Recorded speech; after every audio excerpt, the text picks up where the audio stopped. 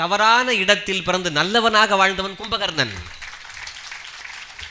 எங்க அக்ரஹாரத்தில் பிறந்து ஆச்சாரமா இருக்கிறது பெரிய விஷயம் இல்லை, சேத்துல பிறந்து செந்தாமரையா வரதானுங்க பெரிய விஷயம்.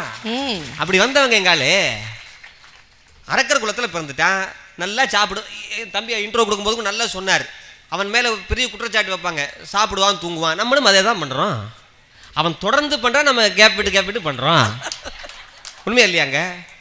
அவன் கூட 6 மாதம் தூங்குறான், 6 மாதம் முடிச்சுக்கிட்டு இருக்கான். நம்மள அப்படி இல்லை, 24 மணி நேரத்தில் 3/4 வாசி தூங்கிக்கிட்டு தான் இருக்கிறோம். நைட்டில் தூங்கி, ஆஃபீஸில் வந்து அதில் தூங்கி, சாப்பாடு முடிஞ்சதுக்கப்புறம் அதுக்கப்புறம் தூங்கி, எல்லாம் தூங்கிட்டு தான் இருக்கிறோம். உண்மையா இல்லை? இப்போ பல பேர் பல மீட்டிங்கில் போனால் அங்கேயும் தூங்கி, எதிரணி பேசும்போது தூங்கி,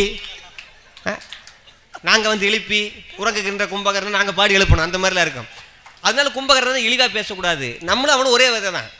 ஆனால் இந்த கும்பகர்ணன் கிட்ட பல விஷயங்களை வியக்க வேண்டியது, நம்ம இதயத்தில் வைத்து போற்ற வேண்டியது பல விஷயங்கள் இருக்கு. நம்ம தவறான இடத்தில் இருந்தாலும் கூட நேர்மையாக இருக்க வேண்டும். நம்ம பிறப்பின் காரணமாக எங்கேயோ ஒன்று இருக்கலாம், ஆனால் சிறப்பின் காரணமாக சிறந்து வர வேண்டும் என்று வந்தவன் கும்பகர்ணன்.